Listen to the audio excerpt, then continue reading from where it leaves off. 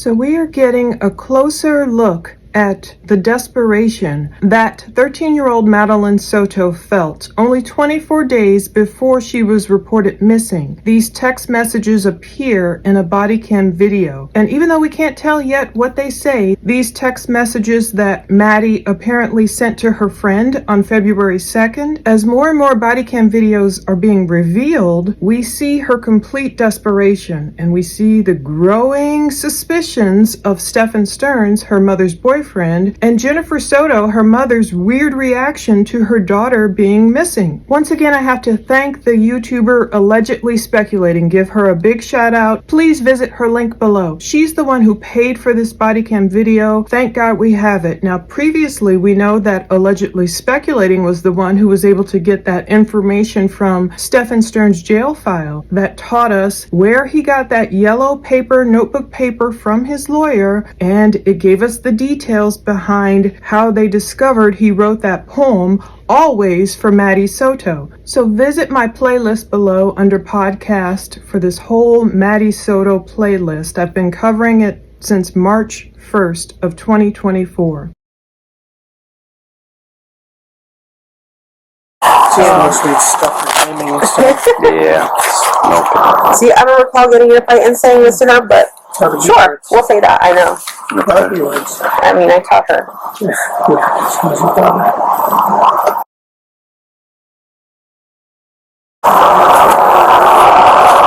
is what you're looking for. About like me acting up and that she don't want to live with me, or that I said something about kicking her out before she turned 18 or when she turned 18. Yeah, this is the one she was embarrassed to get dropped off in. So Okay. I was that age. I understood. I got you.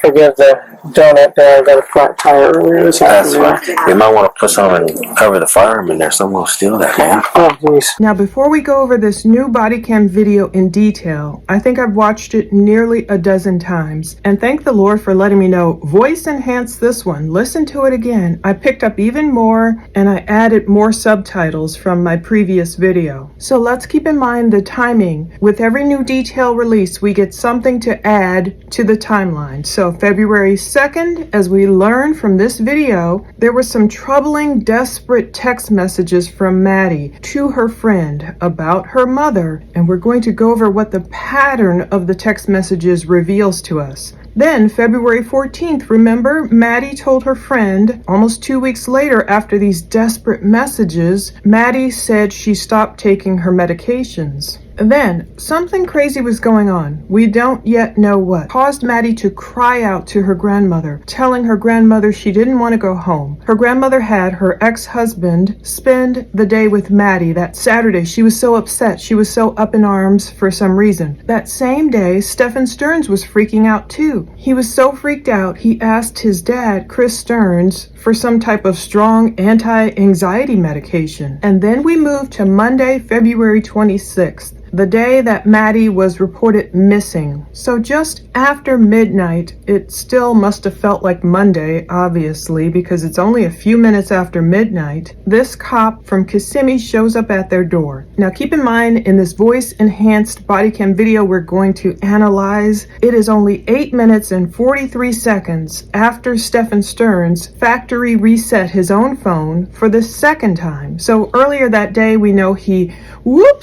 factory reset his phone the first time. He must have still been freaking out because when midnight exactly rolls around, he factory resets it for a second time. According to the documents, quote, another factory reset was done on Stephan's cell phone on 2/27/24 at 0000 hours. Did Stephan sit there and wait exactly until midnight and then do another reset as if that would explain away his phone being factory reset? Exactly at midnight? Reminds me of that book. Remember Midnight in the Garden of Good and Evil? That was a great book. Anyway, keep in mind also, this is not only 8 minutes or so after Stephan has, factory reset his phone. This body cam footage we're about to watch takes place 7.5 hours after Maddie was reported missing around 4:36 p.m. that day. And this is about 15 hours after Stephan claims he dropped her off close to school somewhere that morning. The documents say, Jennifer said Stephan dropped her off between 8:30 and 8:45 a.m. We know all of that is a lie. He never dropped her off at Peace Church anyway. The question is, did Jennifer know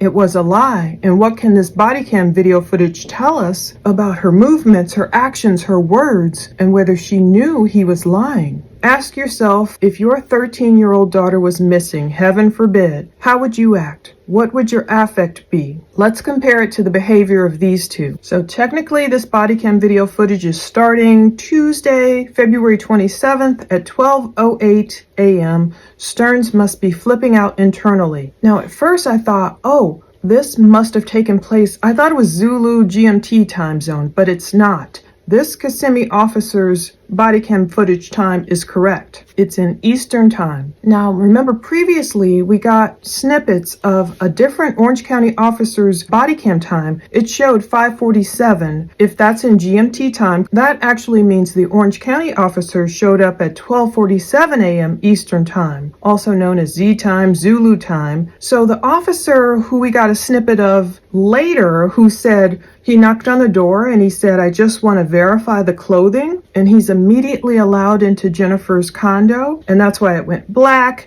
And the whole video is 45 minutes long, but it's all black after the first few minutes because it's visually and audibly redacted.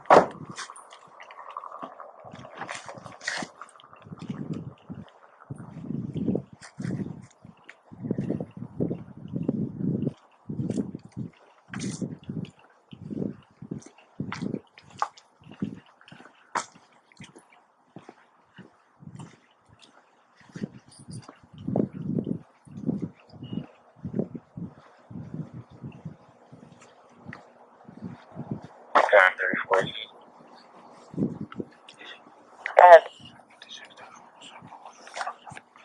65, a Florida 28 for a Gray Mazda. Yes. 34 Echo, Black Mike Echo.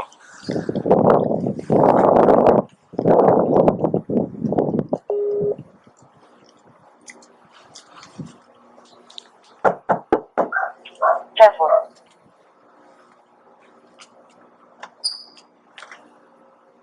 Hey, man. I just want to verify the clothing. Oh, okay. Stop. So that cop shows up after this one because this officer we're about to watch was there prior to the other officer who came and got the clothing. This officer we're about to watch was there from like 12:08 a.m. till about 12:37 a.m., about half an hour, except a portion of that is going to be redacted. Many red flags show up in this body cam video footage of Jennifer and Sterns standing there in the doorway, and thankfully their own standoffishness, they don't even want to let the cop in. Obviously, they're standing at the door like guarding their condo. Previously they all met up and had their powwow at Yolanda's office, at Jennifer's mom's office, almost as if they didn't want any cops to come to the condo. Well, now this officer, he's obviously not the first one to show up at the condo that night, because he's going to mention, oh, someone else showed up here, and they're saying, yeah. So obviously some other cop showed up prior to him and another one after him.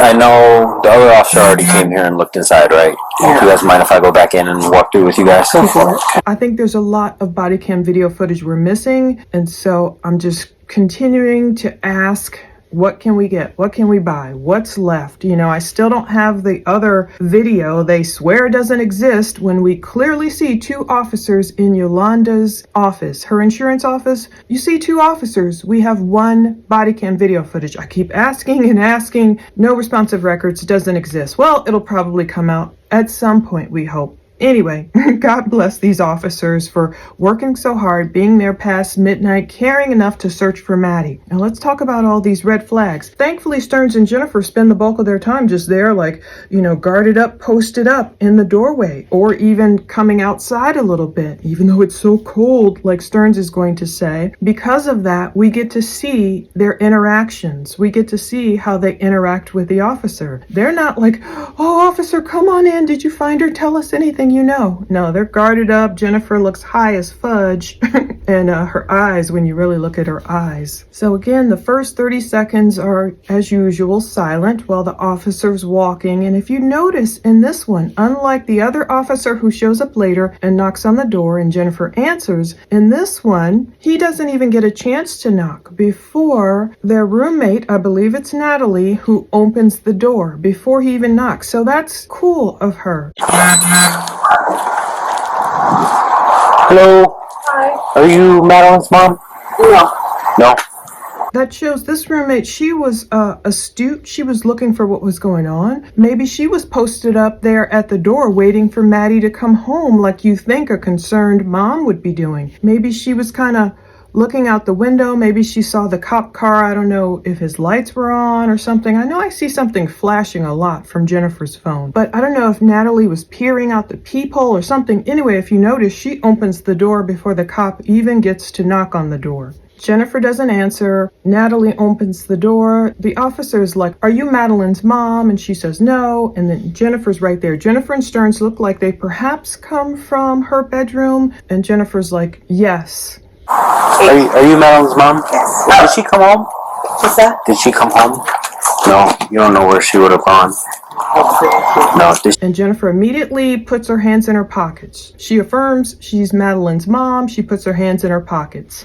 I've watched this a lot, let me tell you. But Jen doesn't seem to have a sense of urgency about her, and of course that doesn't mean she's guilty or has guilty knowledge that Madeline's left this earth. Different people react different ways. I understand some people do have to be sedated. They're so upset if a loved one's missing. But I don't know, Jen just seems kind of casual. She's not asking questions of the officer like you would expect a desperate, loving mom. I don't even want to put myself in the mindset of a mom or dad missing their 13-year-old. It's cold outside. It's been all day. She never showed up at school. Where could she be? She's not at her friend's house. I mean, just imagine your desperation. But we don't see this coming from Jennifer, and of course not from Sterns, because he knows what he did. The officer's like, did she come home? And Jennifer's like, huh? What's that? Did she come home? No. She says that sadly, kind of like, no. He's asking if Jennifer has any clue where Maddie might have gone, and Jennifer's like, I have no clue where she would have gone.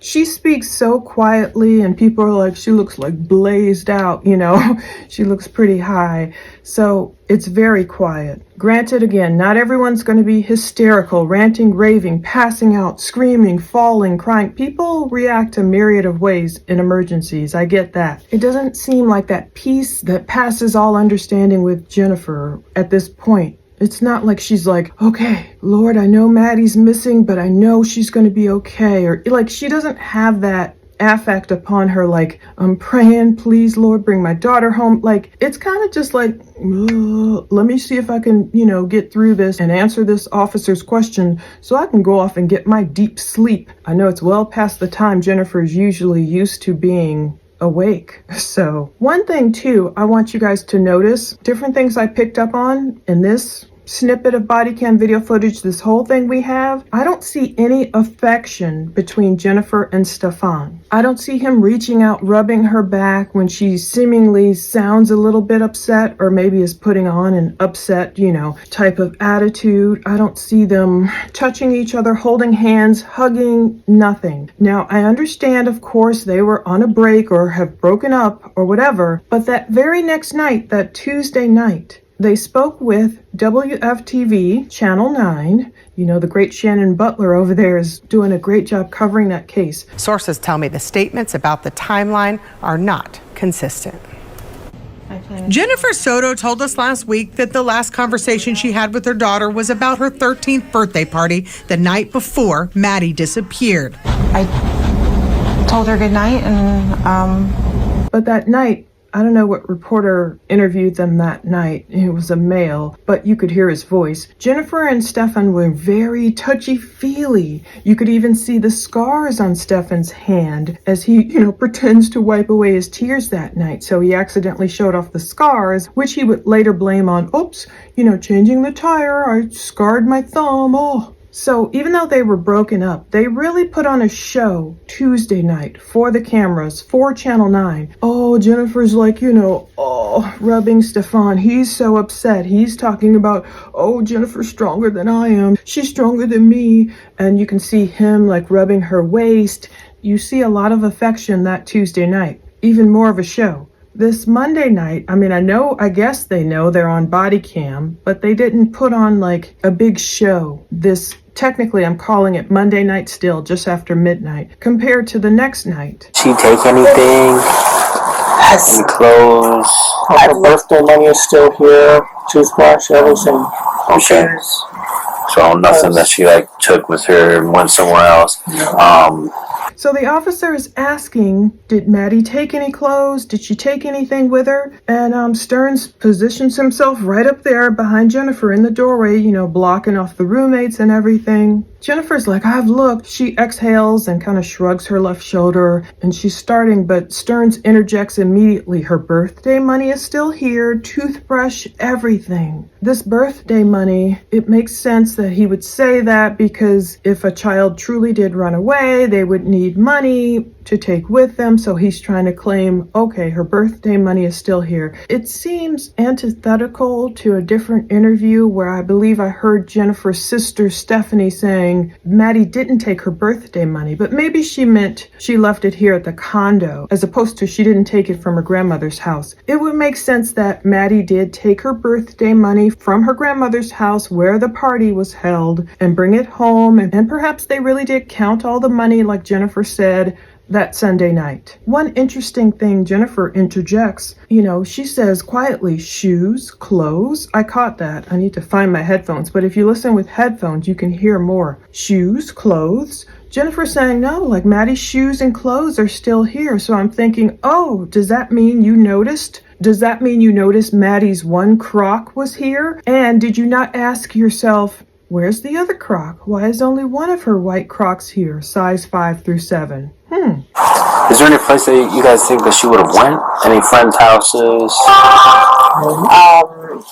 The only friend I could have thought was, but I think Orange County PD already went to her house and talked to them. Okay. Well, what's that address? Just so I can make sure they check there. So they're trying to look everywhere they can. So they're trying to look everywhere they can. But then Jen goes on to say, the only friend I could have thought, perhaps where Maddie might have gone, I guess, is the redacted name. I'm going to call this friend S number 1. This is Maddie's best friend because they talk about two different friends, S1 and S2. Their names both begin with S. But Jen says, but I think Orange County PD already went to her house and talked to them, so the officer is asking for that address. That's when Sterns starts bundling up and he's tucking his hands to hide those scars. That reminds me of Trezell. Remember that case, Trezell and Jacqueline? I got to find the photo. The whole time Trezell was like this, giving it pressure. I'm still waiting on those body cams. It's almost been like 2 years now. Anyway, Sterns is hiding his hands. He's doing this, the same hands that showed up in the video news footage with scars on them, and eventually the next day, Wednesday, when he got arrested, in the evidence photos. Now, notably, Jen is wearing the same something corporate hoodie that she had on hours earlier at her mother's insurance shop. But I noticed Sterns looks like he's wearing the same hat, same beige pants. He might have on the same blue t-shirt. It's hard to tell, but he has on a black jacket on top of it now. So he's got a jacket on, unlike earlier when he was just wearing a t-shirt. The officer's saying they're trying to look everywhere they can. Jennifer does this. She starts wiping her left hand against her hoodie. I'm like, is her palm itching? What's going on there? I had to look that up. It says when adults lie, they sometimes perform slightly more subtle versions of the itchy chin, I guess. It's a gesture such as scratching their chin. Maybe they scratch their nose or their mouth. But I thought, okay, Jen is doing this with her hand, and she does itch her hand. If you pay close attention, she will scratch her left palm again and again. But she might just be trying to clear off the moisture at first because she has to, handle and scroll through her phone. I don't know. First name is. Let's see if I still have Google Maps pulled up to her address. Let's see.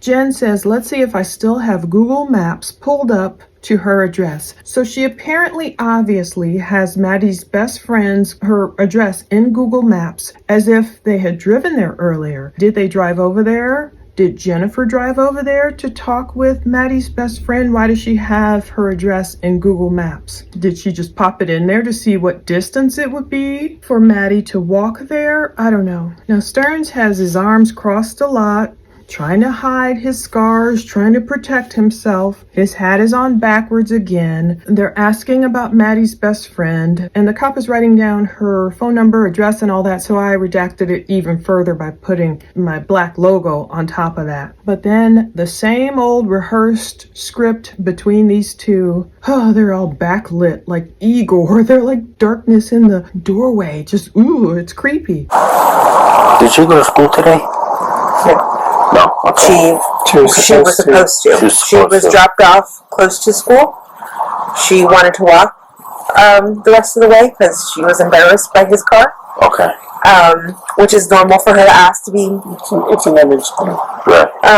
The same old script begins. The officer is like, did she go to school today? Jen is like, no. In tandem, they say she was supposed to. Again, her fault. All these subtle ways of blaming Maddie. Instead of pure desperation, you don't hear them saying, oh my goodness, did someone snatch my daughter? What could have happened to her? It's like, well, she was supposed to. The blame game against Maddie begins again. Here goes Jen. She was dropped off close to school. She wanted to walk the rest of the way because she was embarrassed by his car. Same old script, which is normal for her to ask to be. Sterns chimes in. It's an image thing. The exact words, the exact 4 words he said earlier. It's an image thing. These two sound like rehearsed Shakespearean actors, but in a bad play. And Jen even sounds kind of lighthearted when she talks about, yeah, it's normal for her to ask to be dropped off. Jen is looking away, hesitating, perhaps looking at someone in the parking lot. You hear different noises. She hesitates and she goes, but she never made it. But she never made it.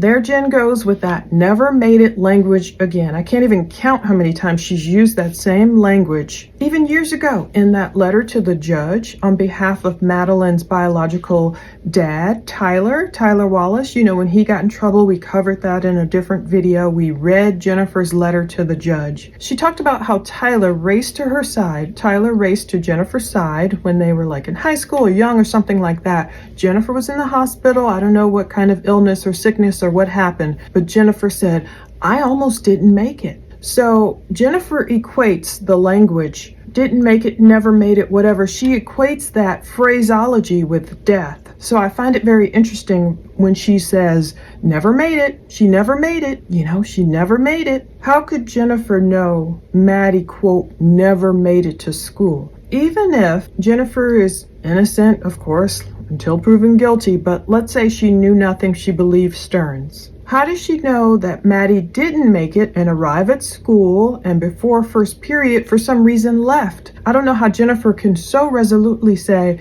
she never made it. She never made it to school, almost as if, you know, she got dropped off at that Peace Church and someone must have interjected or took her away or whatever. Red flags. I went to the school to pick her up at the end of the day, and she never came outside.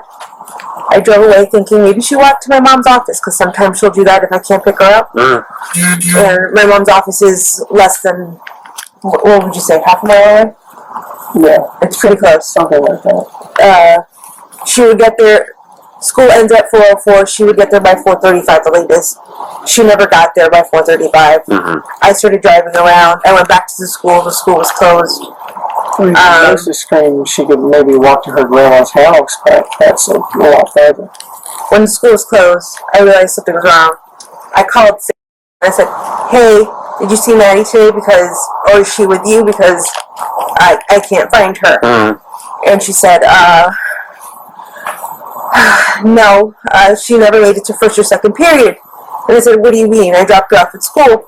Jennifer pauses and says, I went to the school to pick her up at the end of the day and she never came outside. So Jennifer does her same thing. I drove away thinking maybe she walked to my mom's office, because sometimes she'll do that if I can't pick her up. It's that same script, like, I drove away thinking maybe she walked to my mom's office. Maybe that's Jennifer's way of excusing away the notion that she would pull up a whole hour early to be first in line at Maddie's school, and then, she doesn't come out by 4:10 or something, 10 minutes later after the bell rings, and she drove away. Maybe that's Jennifer's way of excusing away why she drove away so early. Why she didn't do a logical thing like, okay, even if supposedly all the cars were ready for her to go, they all had their kids, they were waiting for her to get out of the line, which people say is a lie anyway. Jennifer could have easily pulled over somewhere right there, teacher's parking lot, wherever, gone inside that school immediately and started looking for Maddie. But Jennifer needed a reason to drive away. So she's thinking perhaps, I drove away because I was like, maybe she went to my mom. She does that before when I can't pick her up. So this is when Jennifer turns to Sterns, and my mom's office is less than,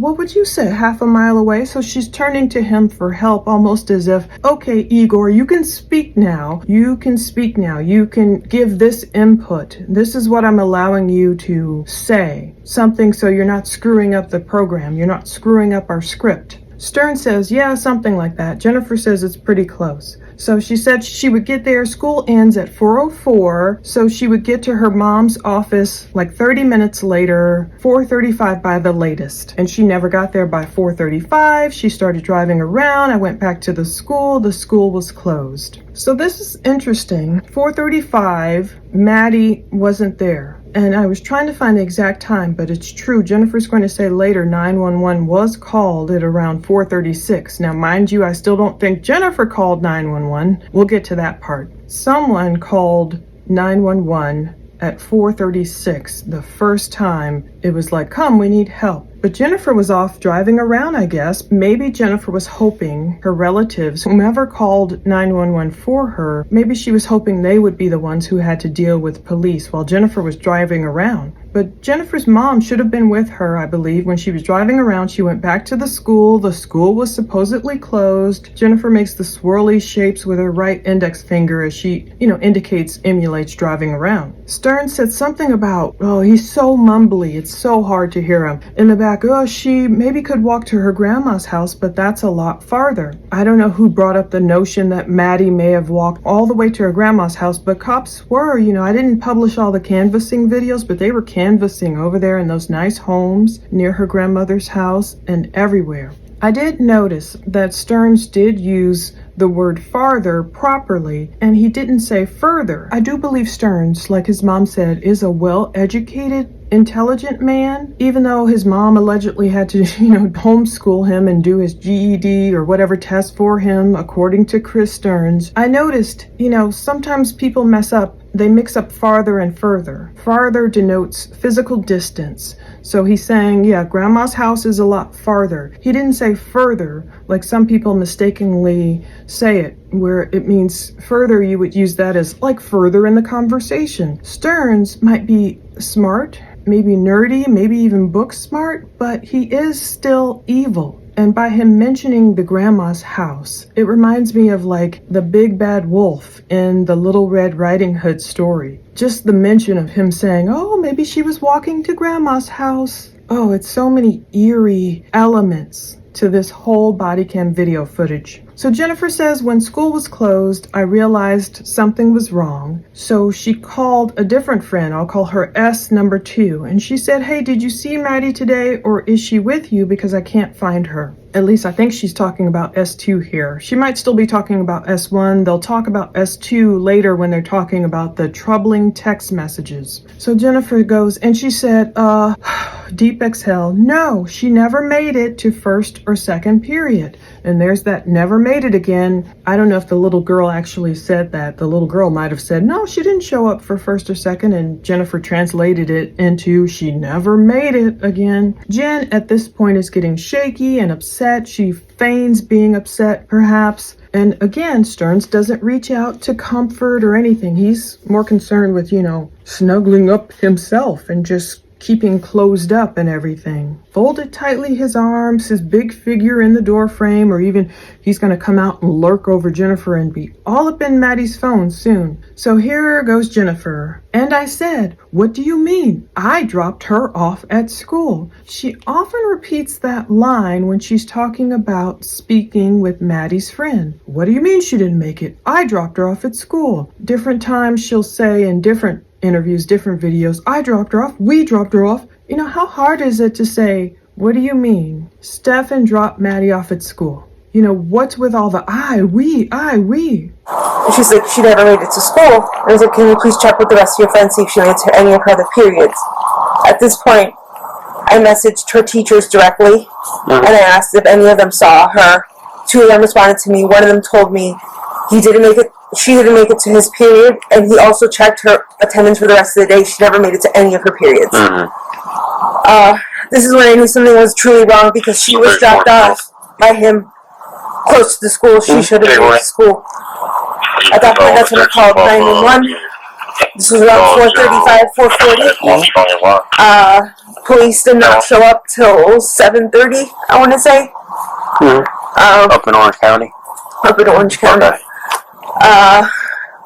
Anyway, Jen says she's like she never made it. And Jen says, can you please check with the rest of her friends and see if she made it to any of her other periods? Now, over on Allegedly Speculating, there was an interesting discussion in her one live when she analyzed this whole body cam video footage. They discussed whether or not Jen's use of the word period instead of class in this context is that a Freudian slip. We know there's a lot of controversy about Maddie's period being late in February. I think, in my opinion, this plays all into this whole trauma, this whole traumatic situation. Now, of course, yeah, a lot of us say period, when we're talking about high school classes like, first through 8th period, or is your schedule 3rd through 10th period, or what have you. But Jennifer uses it often instead of certain points where you think she might say class. Oh, did she make it to science class or gym class or whatever?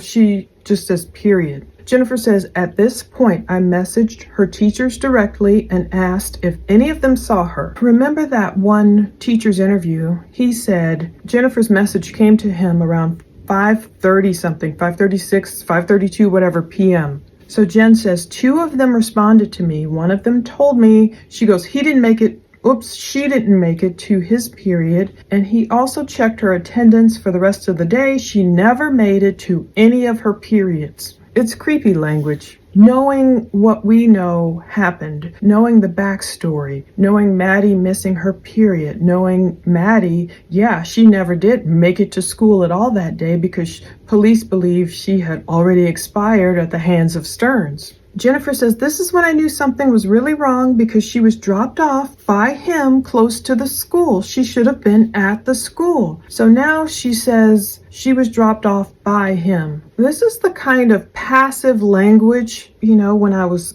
studying writing and everything, they tell us don't use this type of language. I noticed deceptive people speak this way a lot instead of speaking clearly. Instead of from the get-go, Stephan told me he dropped Maddie off at whatever, 8:30. She never has spoken consistently clearly. She says stuff in the passive voice. She was dropped off by him. And the only time she did get in the active voice is when she was lying. When she said, what do you mean? I dropped her off at school. That's a very active voice.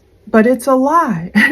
Jen didn't drop her off at school. Why is she lying in the active voice? I dropped her off at school. But then she switches to the passive voice. I knew something was really wrong because she was dropped off by him close to the school. It's a really weird way of speaking. And Jennifer switches here from I to him. And here's another lie, I believe, at that point. That's when I called 911.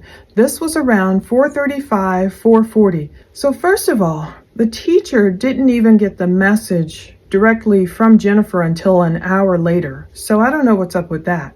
She's trying to make it seem like she messaged the teachers earlier. It's almost like she messaged the teachers as an afterthought, like, oh, what would a real mom of a real missing girl do? Oh, okay. Oh, I forgot to message the teachers because the one teacher said he didn't get her message till 5:30 something. But 911 was called. There's the passive voice because I don't really know who called. We know Grandma called. I believe the other 2 times were from the same girl, which may have been Stephanie or may have been a different girl calling. As far as I understand it, now we know some 911 audio could pop out of the blue with Jennifer on it, because at this point, the docket and I swear we FOIA'd everything up the wazoo for this case, and we've been told, okay, we've given you this, or we've given you all this. Well, out of the blue Friday, this body cam video pops up. Thank God for allegedly speculating, FOIAing it, because we didn't know it existed. So my point is, what else exists that we've been told does not exist? Like, we've been told at first, okay, Jen, there is no 911 call with Jen. And then we were told,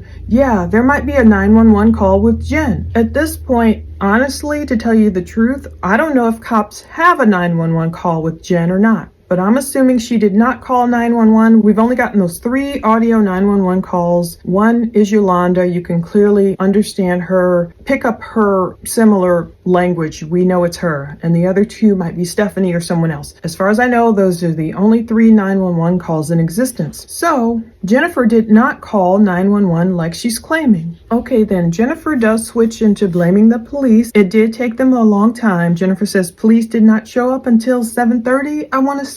And she pauses. That's a slight diss. And I get it. You want the cops to show up earlier. Even the cop in the one body cam, after they arrived, it was like 7:40 something. His phone said 1946, military time. They finally responded only after that one guy was able to go grab a cop from the nearby park and bring him over to Yolanda's office. So they responded late, indeed. And even the cop was there on the body cam like, wait, why wasn't this put out as a code 3 or whatever, something more urgent? So they were late. And this Kissimmee officer makes sure to cover his butt. He's like, up in Orange County? And Jennifer's like, up in Orange County. So Kissimmee is like, look, it was not us who was responding late. And then at that point, that's when all the questions started happening. And then he took them to where he dropped her off.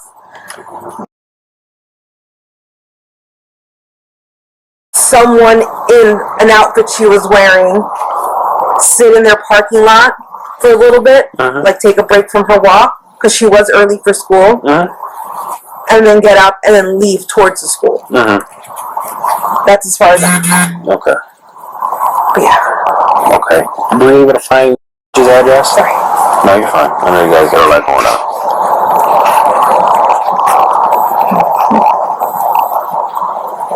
Did she take her school laptop with her? She did. She did. They already tried to track it, but unfortunately the unit is completely powered off. Oh, okay. Completely offline according to them. They weren't able to do anything with it. Okay. She doesn't have any other kind of technology that you guys could track. I'm sure you guys already checked Text, that. no nothing.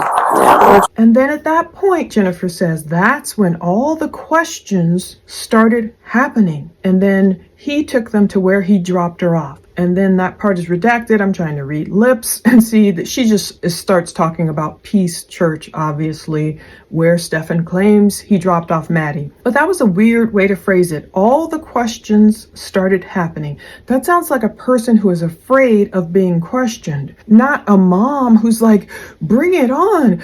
Officers ask me anything, what have I forgotten to tell you, Jennifer's not like, my Maddie is missing, please, yes, she was wearing this, and what do you need? You need photos? And, she's not welcoming the questioning. She said all the questions started happening, almost as if, oh no, here it goes, scene, take one. Jen is talking about the Peace Church person caught on camera, someone in an outfit she was wearing, sit in their parking lot for a little bit, like take a break from her walk because she was early for school, and then get up and leave towards the school. Jennifer is very careful, I noticed, calculated, and cautious with her words. You know how sometimes like a grieving, upset, troubled mom just might be, all over the place and not like so cautious, like she's trying to pass a test, like she's trying to keep things in logical order, almost like, let me keep my lies straight. Anyway, she goes, that's as far as I know. Were you able to find the address? The cop asks because Jennifer got off track. She's like, sorry. And the officer's sympathetic. He's like, no, you're fine. I know you guys are going through a lot. So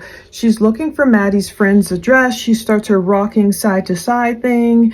The officer's asking, did she take her school laptop with her? Jennifer's like, she did. Sterns says she did. There again, in tandem, speaking together. Sterns said they already tried to track it, but unfortunately the unit is completely powered off. It's completely offline. According to them, they were unable to do anything with it. So does Sterns think he's gotten away with it at this point? He's like, they can't track the laptop, earlier in the office, Jennifer was like, I don't think they can do anything. And they're like, yeah, if it's on, it can try and connect to the Wi-Fi. And that's when she's like, whoa, and really starts rocking. But now Sterns seems a little self-satisfied, like, oh, they tried, they can't find it, knowing he has it in the backpack, knowing he's poured white paint all over it. It's in the dumpster. They're probably hoping the dumpster trash got taken away. Any other technology you guys could track? Now, you guys let me know what you hear. I hear Sterns say no air tags, no nothing. I'm sure you guys already checked Tags, that. no nothing. I hear air tags. An Apple AirTag, according to them, is a super easy way to keep track of your stuff. Attach one to your keys, slip another in your backpack. And just like that, they're on your radar in the Find My app, where you can also track down your Apple devices and keep up with friends and family. Now, those things seem pretty cool. In fact, I want to get a bunch of them. In fact, I wish I could almost put one especially on every child in America. I wish they could be like a little tracking watch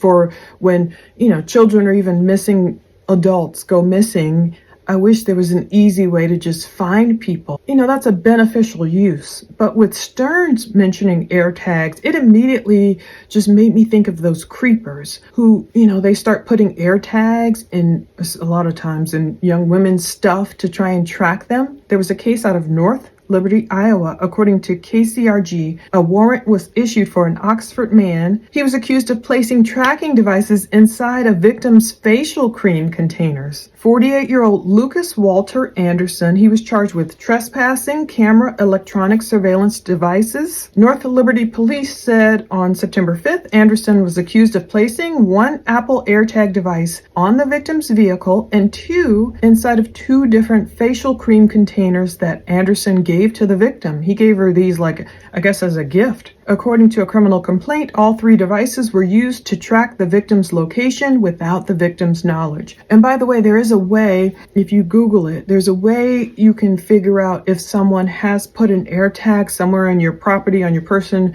and if they're tracking your phone. So, I might need to Google that too, just as a warning, because that's what it reminded me when Sterns, I heard him say AirTags. Other people heard different things. I heard AirTags. For him to immediately go there in terms of, nope, she doesn't have any AirTags on her, it just seemed trafficking kind of creepy to me. She accidentally has her phone, but she left it at home tonight. And that is normal for her. She's got ADHD. She's very forgetful. Okay.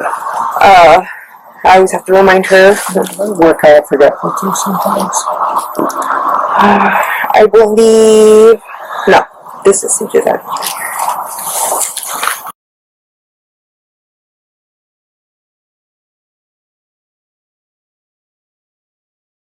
How you spell that? Let me see that. Gotcha.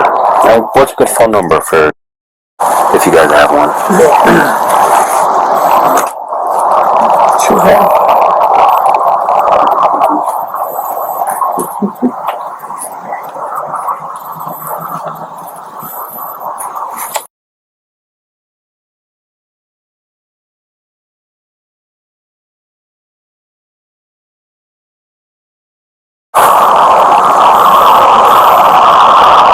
no other family in the area except for Grandma. Grandma. The existing family all lined up at the office and met with the cops. Yeah. The only other closest family member is my sister. She lives in the next neighborhood over. Mm-hmm. If you were to exit the back gate.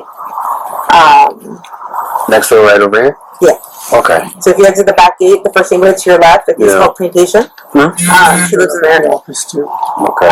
But yeah, she was in the office helping me with the police, and she was the one who actually went through her phone and her messages and was trying to see if there was anything weird. Yeah. We didn't see anything too weird. Nothing weird. You guys haven't had any recent arguments? Recently, no. Apparently, on February 2nd, she sent a few messages to a friend stating that she would run away. Mm-hmm. So Jen said she accidentally, and then Sterns says normally she has her phone with her, but she left it at home today. And then Jen is like, oh, that's normal for her because she's got ADHD. She's very forgetful. I always have to remind her. And Sterns, he says, well, we're kind of forgetful too sometimes. Like he's trying to all at once tell Jen, don't be so harsh on Maddie, but at the same time develop an excuse as for why they're so spacey to the cops. Oh, well, we're forgetful too sometimes. Like when Sterns later would say, oh yeah, I forgot. I turned back around and got the clicker.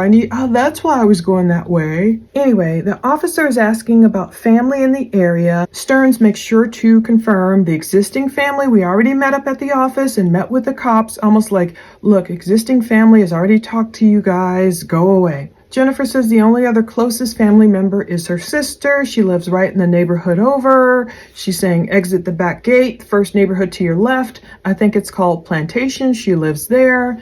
Sterns is like, yeah, she showed up at the office too. Like, you guys have already talked to her. She's already been there. And yeah, this is the sister where I did note it was very close to the condo, which people say further proves, Jennifer's sister was nearby. Like maybe she's busy with a job too, but she dropped Maddie off that Sunday night at the condo. Again, one more reason for Sterns not to need to be there.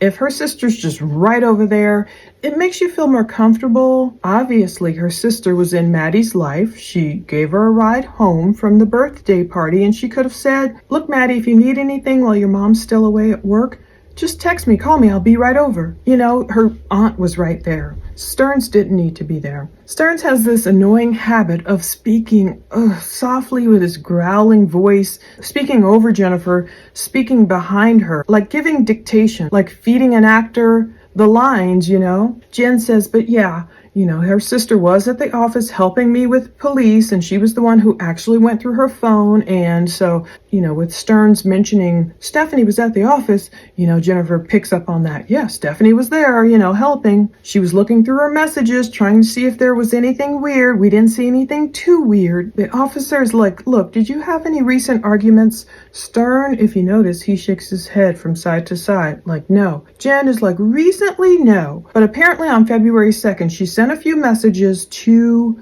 a friend stating that she would run away. Now here comes that runaway whole charade language. I don't know who Jen got this from. It must have been after. In the messages, we must have been arguing, or I must have said something that upset her because she was very upset in her texting with her friend. But Do you guys still have those? Or no? yeah.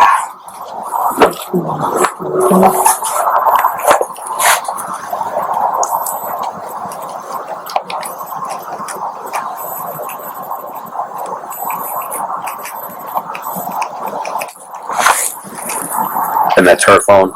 This is her phone. Hold on a second. It's that.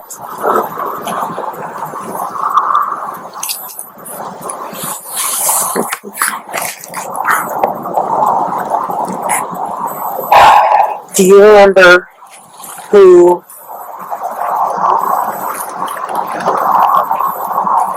Starts with an S.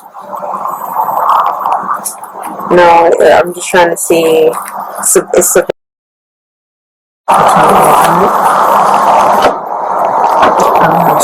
yeah, this is Savannah. Okay, this is her.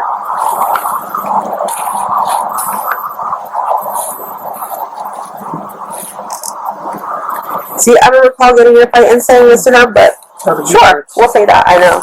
I mean, I taught her.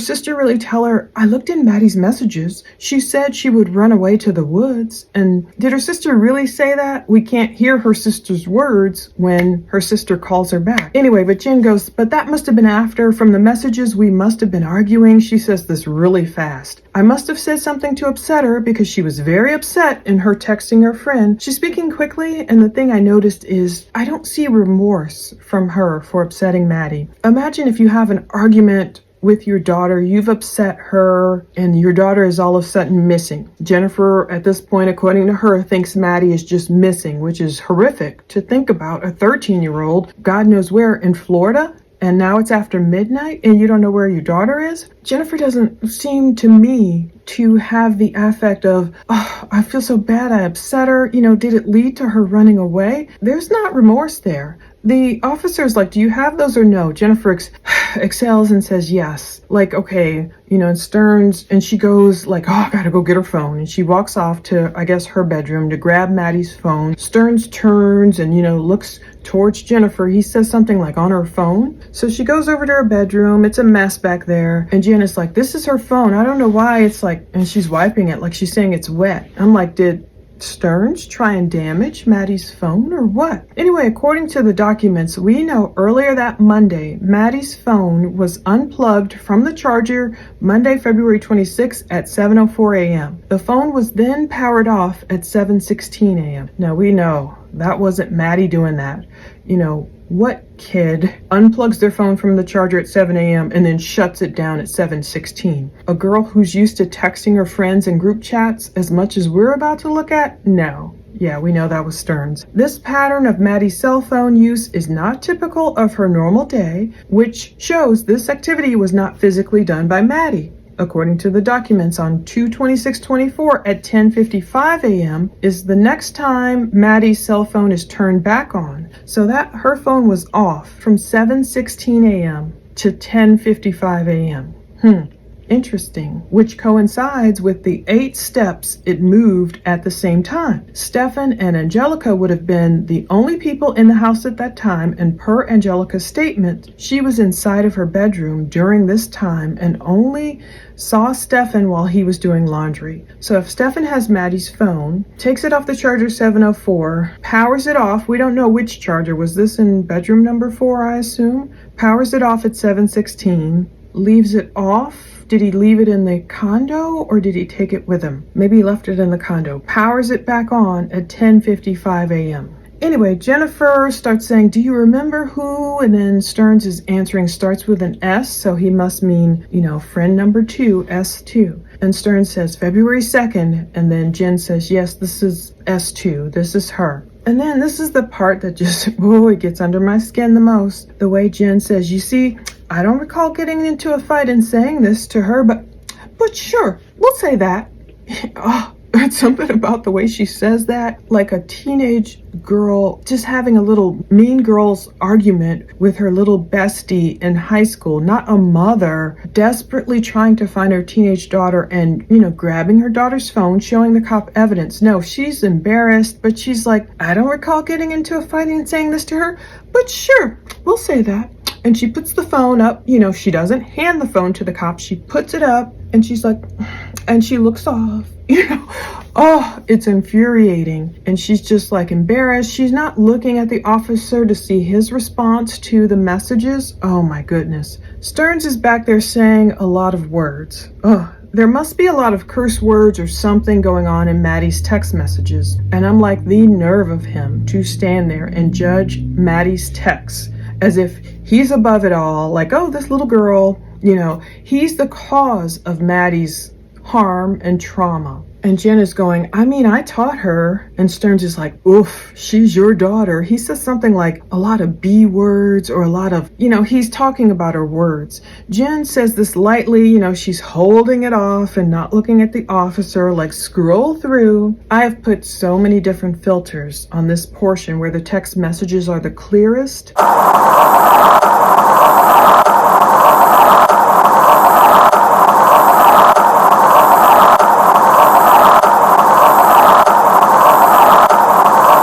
But I haven't been able to read them yet. It looks like Maddie wrote, she said, and put something in quotes, and I can't I'm gonna keep trying.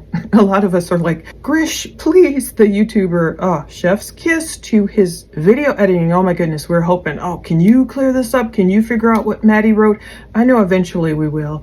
We know from a previous video that cops said they have Maddie's text messages, so I know we will be able to read them one day. But of course, we all want to read them today. I even took a screenshot. I tried to have Chat GPT, you know how you can do the OCR reading text from an image, but they said the image is too dark and blurry for the text to be extracted accurately. Please provide a clearer image. If only I could. It's okay if I swear now? Yeah. Okay.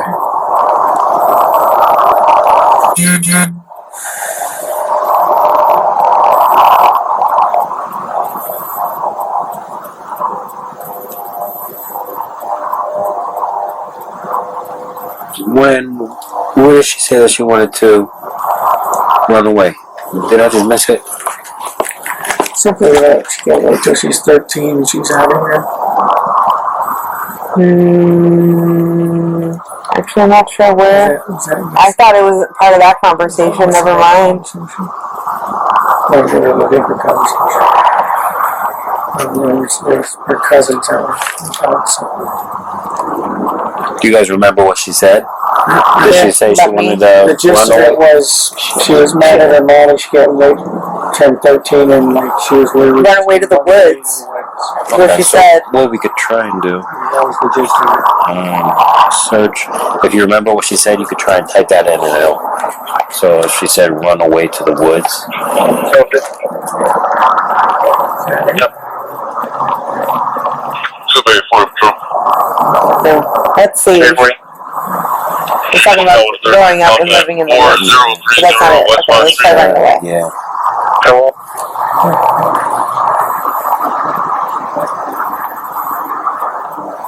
Nothing. What about just run? Jump. Run away?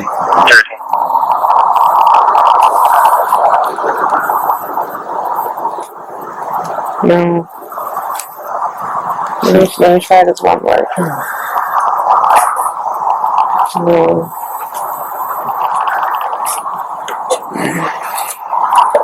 Let me ask my sister who actually went through her phone. Okay.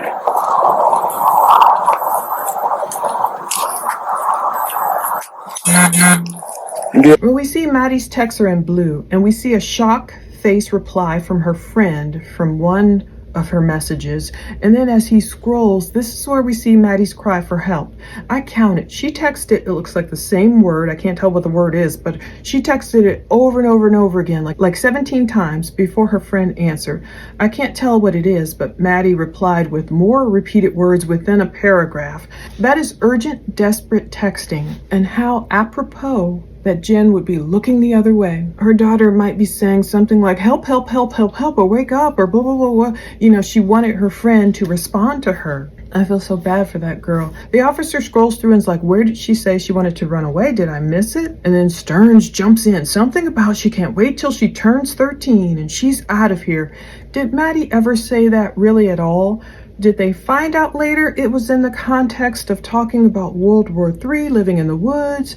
Or was it just the bonfire? Or is Sterns making it up? Did they decide, okay, yeah, Maddie said something. When she turns 13, she's out of here. They're taking advantage of Maddie just turning 13 to craft a narrative that, you know, would enforce, don't worry, officer, she's just a runaway. Did they want to just go to bed? But Jen is like, I thought it was part of that conversation. Never mind. And Sterns is saying something like, different conversation, larger than a different conversation, her cousins that found something. The officer is like, do you guys remember what she said? And Jennifer says, yeah, about me. Jennifer's so self-focused. But Sterns says the gist of it was she was mad at her mom and can't wait to turn 13, and she was literally going to run away to the woods. But Jen says run away to the woods is what she said, supposedly. Jen's like looking through. She's like, no, they're talking about growing up and living in the woods. That's her one friend, but that's not it. Okay, let's try running away. So they're searching for keywords. So the officer is showing her how you can search through your text, you know, for runaway. No, let me try it as one word, run away, whatever. Then Jen is like, let me ask my sister who actually went through her phone. Now Sterns at this point, he's pulling out his vape. Yeah, I can give you. Yeah, give your adult to you if you like. No, I just wanted to see. I just want to know who I'm looking for. I know Orange County, they already have pictures.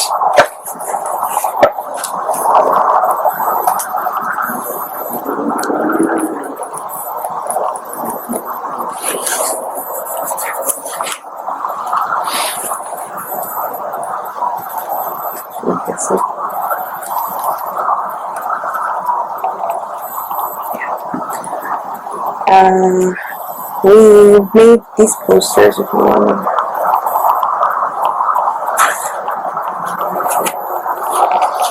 This is what you're looking for. Okay. Would you be able to text that to my phone? Which one is the best recent picture? The most recent was this one. Okay. Do you want to... They're all very much her. Okay.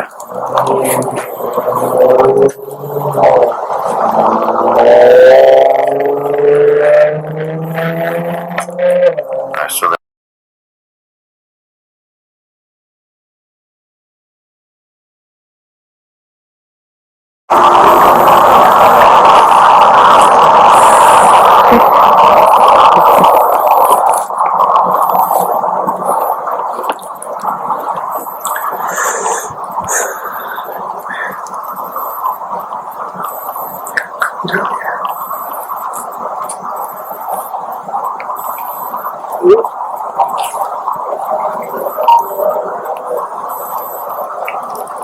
Okay. Yes. I'm currently with CMP. They came to the house real quick, and they're asking me about the text message where she said she wanted to run away to the woods. Do you remember who she texted that to, and like what day, so I can show them that?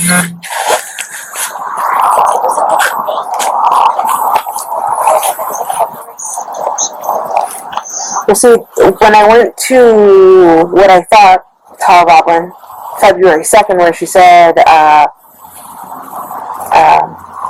what did she say? Where she talked about, like, me acting up and that she don't live with me, or that I said something about picking her up before she turned 18, or when she turned 18. It doesn't say it doesn't talk about her running away into the woods. Hey, what? Where did she say that? Did she ever say that? In front of Home Depot? Oh. And Largo, Florida text from as well. That one? That'd be 002 Alpha Yankee. Florida tag. That'd be a white minivan. Oh, okay.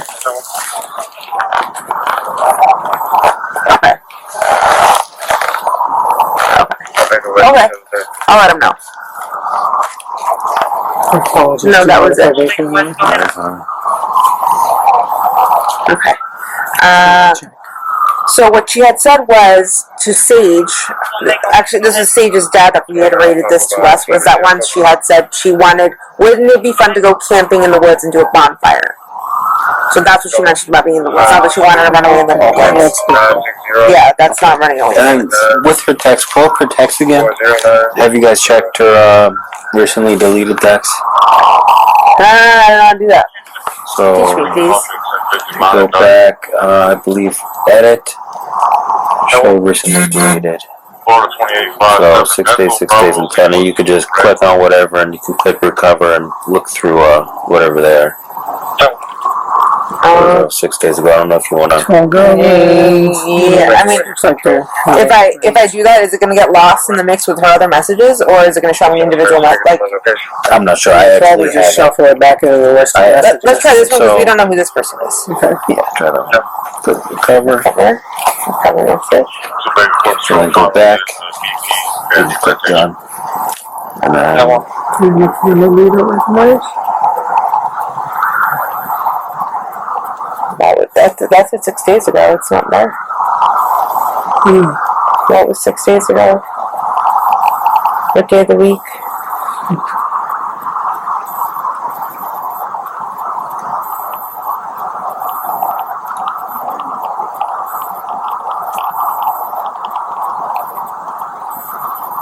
This one?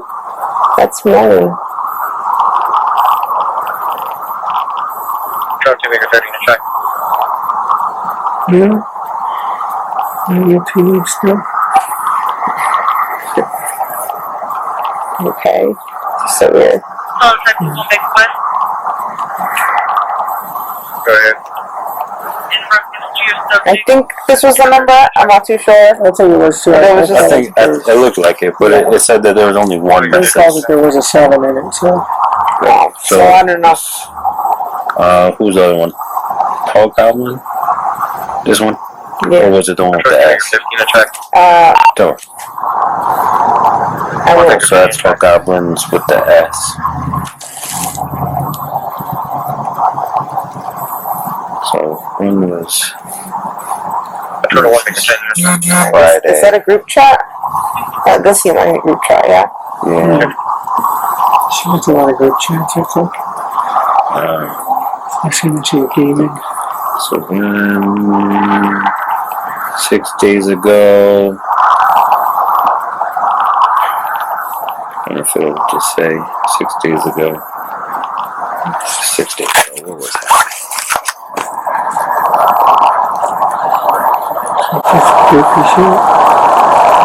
The 21st.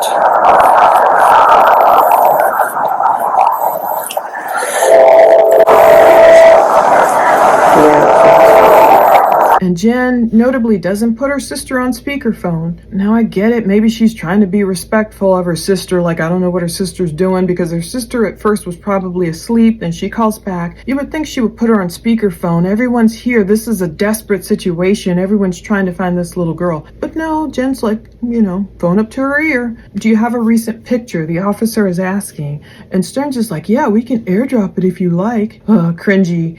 Earlier in the evening, Jen had airdropped the photos of Maddie at her birthday party, more of a full body photo, to the officer. But for Sterns to say, oh, we can airdrop it if you like, thinking of the kind of photos he's used to taking of Maddie, cringy. Now, officer's like, no, I just want to see who I'm looking for. I know Orange County already has the pictures.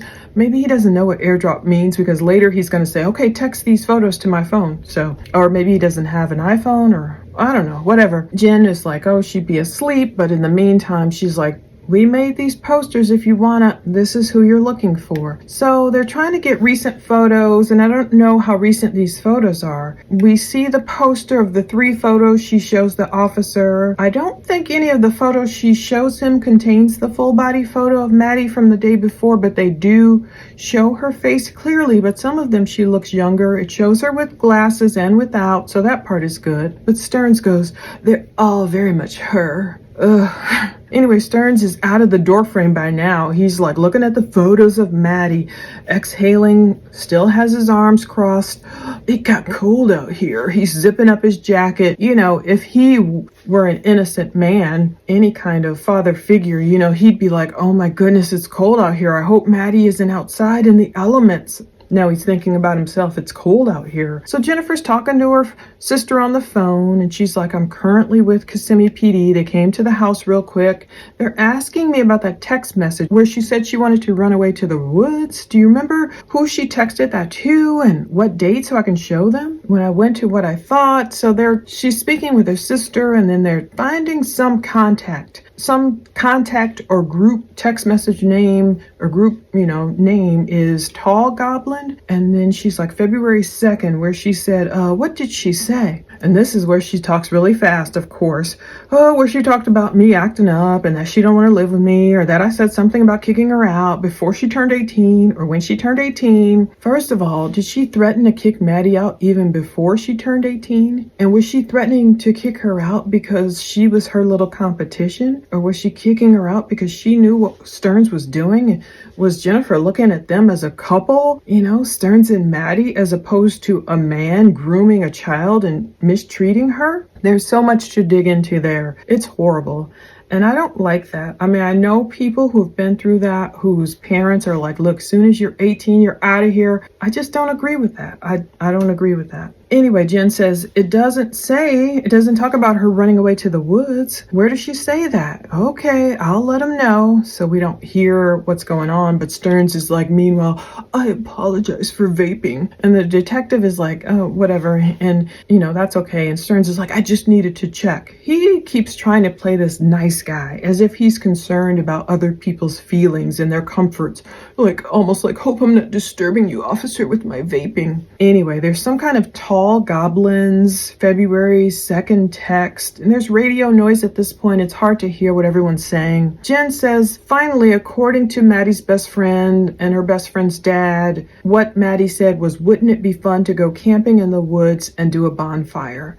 So that's what she mentioned allegedly about being in the woods, not that she wanted to run away and live in the woods. And Jen says, yeah, that's not running away in the woods, but maybe they eventually found, I don't know if they found that anything of Maddie saying that or not. So he's asking, have you checked her recently deleted texts? Yeah, I didn't know how to do that either. So I went through and was like, oh, that's cool. You go through edit, and Jen is like, I don't know how to do that. Teach me, please. There's something so lighthearted about the way she's talking. The cop shows her how to find them. Click on edit, click recover, look through. Sterns is like, tall goblins. I don't know why he says it like that, It's almost like he's singing in a warning voice, but maybe not. But Jen does hesitate. She's like, well, if I do that, will it get lost in the mix with the other messages, Maddie's other messages? Now, Sterns is saying, yeah, it'll probably just shuffle back in with the rest of the messages. I guess I kind of get her hesitancy. She wanted to look at them to know which messages specifically did Maddie delete. So she wanted to keep them separate to know,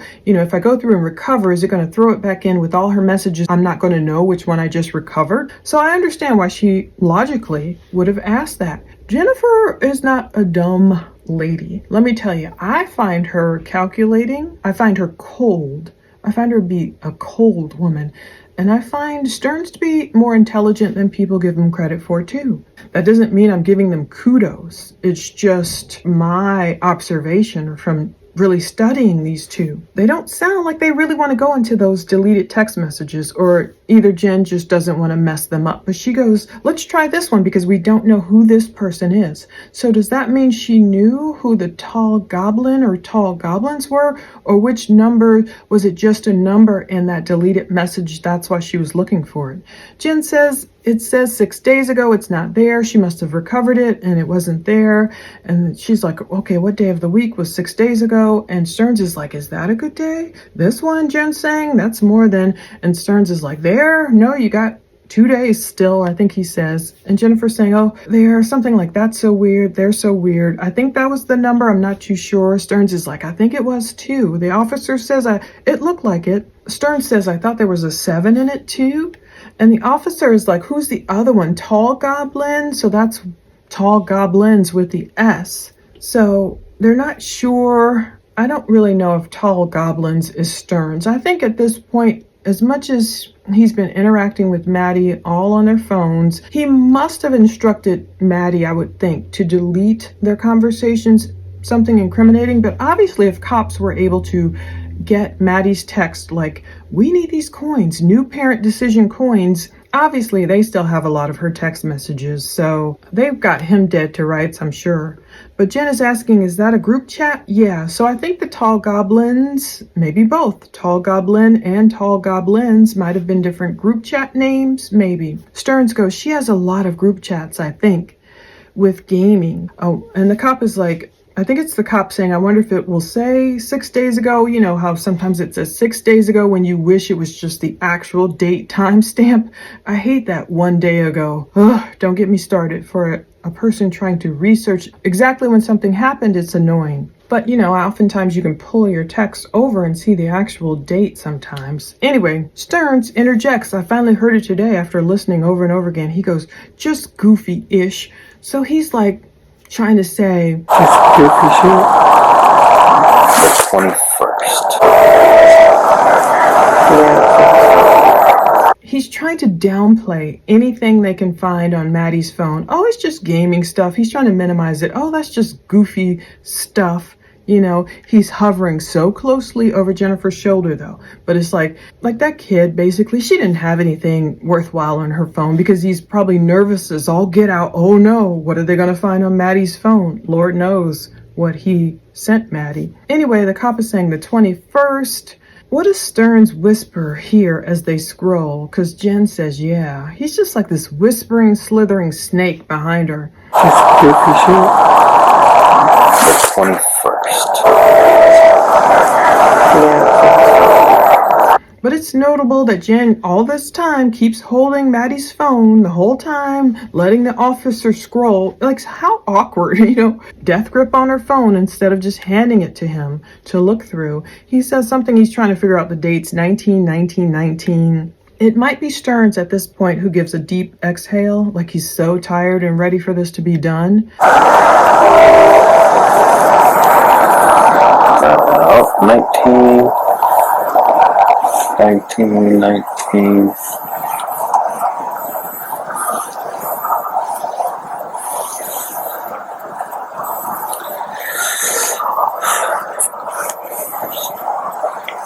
And the officer says something about, so look between Wednesday and the 20th and today. No, that's the 20th. I don't see anything in there. 20.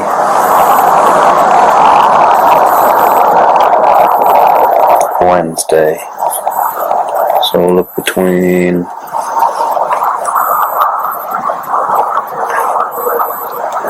Wednesday and the 20th.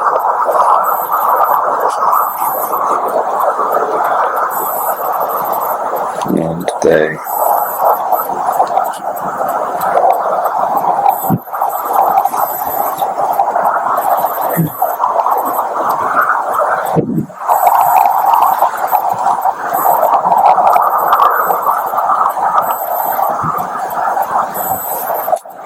That's 20th. I don't see anything in there.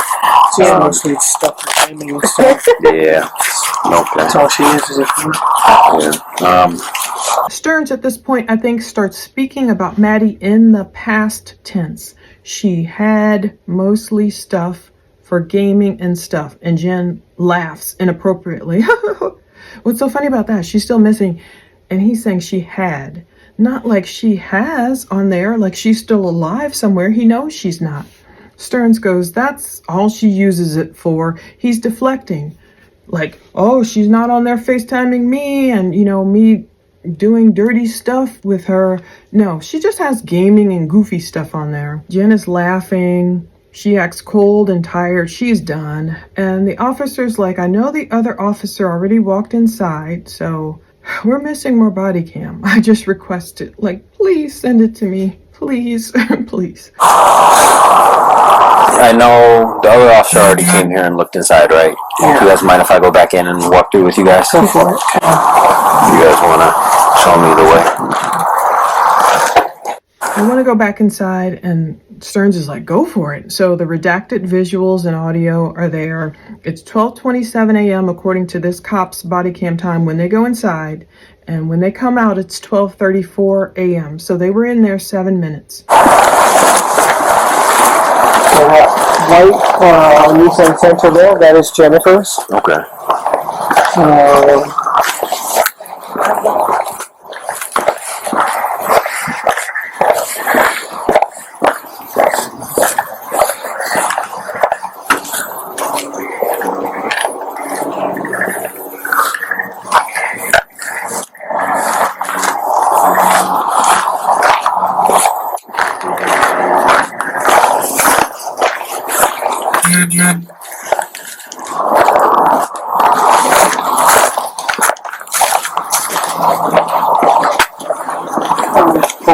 The Corolla is Angelica's. This one? Yeah.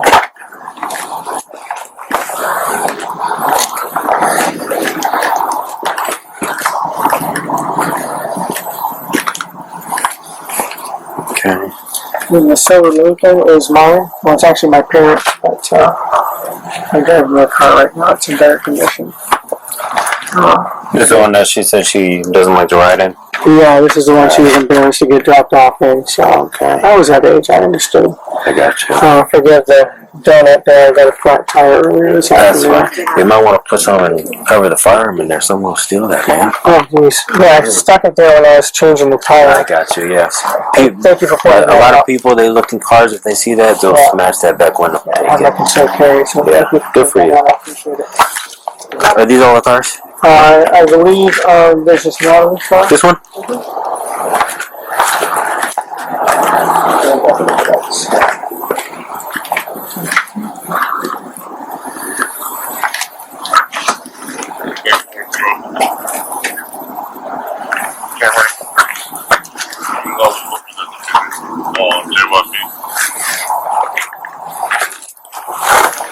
Is that all of them?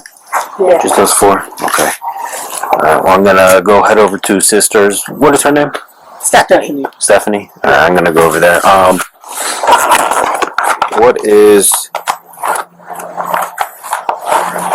What's a good phone number for you?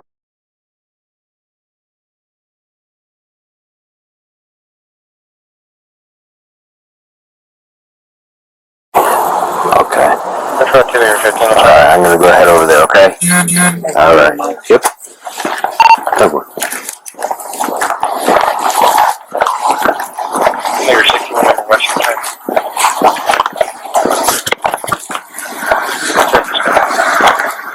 Sterns being Mr. Good Guy still, he's showing that white car, that's Jennifer's Nissan Sentra, and then he acts all like, I don't know what's happening. I believe that blue Corolla's is Angelica's, as if he's not always spying and stalking Angelica and didn't, place a phone under the door so he could get photos of her without her knowing. I believe that blue Corolla is Angelica's. Yeah, you know what car is Angelica's. Sterns, he also says, and the silver Lincoln is mine. Well, it's actually my parents' something car right now. It's in a bad condition. And it's interesting to note exactly where Sterns' silver Lincoln is parked right near their door. So we see how he probably was able to carry Maddie out. I don't know if he put her in something or just carried her out right there to his car. Yeah, this is the one she was embarrassed to get dropped off in. I was that age. I understood. Forgive the donut. I got a flat tire earlier this afternoon. It's weird from this angle. Don't misunderstand me, but from this angle, I could almost see how Sterns could be found attractive by people like not knowing what he did and the false mask he put on.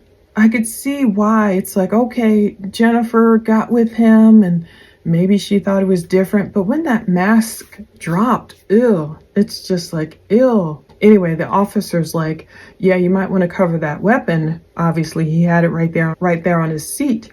So someone won't steal it. They'll smash the window, the cop is warning him. So we know why Detective Myra Tagler later, I think it's the next day, said something about someone having a firearm in a car. Now we know why she said that. Sterns is like, I stuck it there, right there when I was changing the tire. He's trying to, tell on himself, I got this tire, I got that flat tire. But thank you for pointing that out. I have my concealed carry, so, Mr. Law-abiding citizen there, he's trying to pretend to be. Thank you for pointing that out, officer. Good for you, says the officer. And he's like, is that all of them? Just those 4 cars? Sterns is like, I believe this is Natalie's car. And I think Natalie's there because she walks over to it. The officer was going to go head over to Stephanie's place, talk to her. What's a good phone number? It's redacted. Sterns says, thank you very much. That's his last word you hear. Like he's just this caring father figure who just wants to know, where could Maddie be? Malarkey, baloney. Let's end with 1 John 5:18. We know with confidence that anyone born of God does not habitually sin, but he, Jesus, who was born of God, carefully keeps and protects him, and the evil one does not touch him. Well, evil cannot touch Maddie anymore. Hallelujah. I feel bad she even had to live this life, be near this monster, and even experience, a mom like Jennifer who just did not protect her. I'm sorry, all that talk about kicking her out and she's mad at me and yeah, but sure, I don't remember saying this stuff, but sure. Oh, it's annoying. Let's see what else we can find. Obviously, we are missing body cam videos, and some of them, I know they have rejected me because, I think Stephanie's, for example, I think her interview might have taken place in her home. So when I requested that, they say a person has to have a reasonable expectation of privacy despite Florida sunshine law. So I'm sure it would be all black, no audio. So They can't release it now, but during his trial, I'm sure they'll release a lot more. The stuff we want to see, not the CSAM, but I mean like the interviews, the interrogations, this type of body cam, so we can check out the language and figure out, what do you think Jennifer knew? Thank you for watching all of this. Stay tuned. We will see what else we get with this case and many other cases as we march toward Maddie getting her justice. Take care.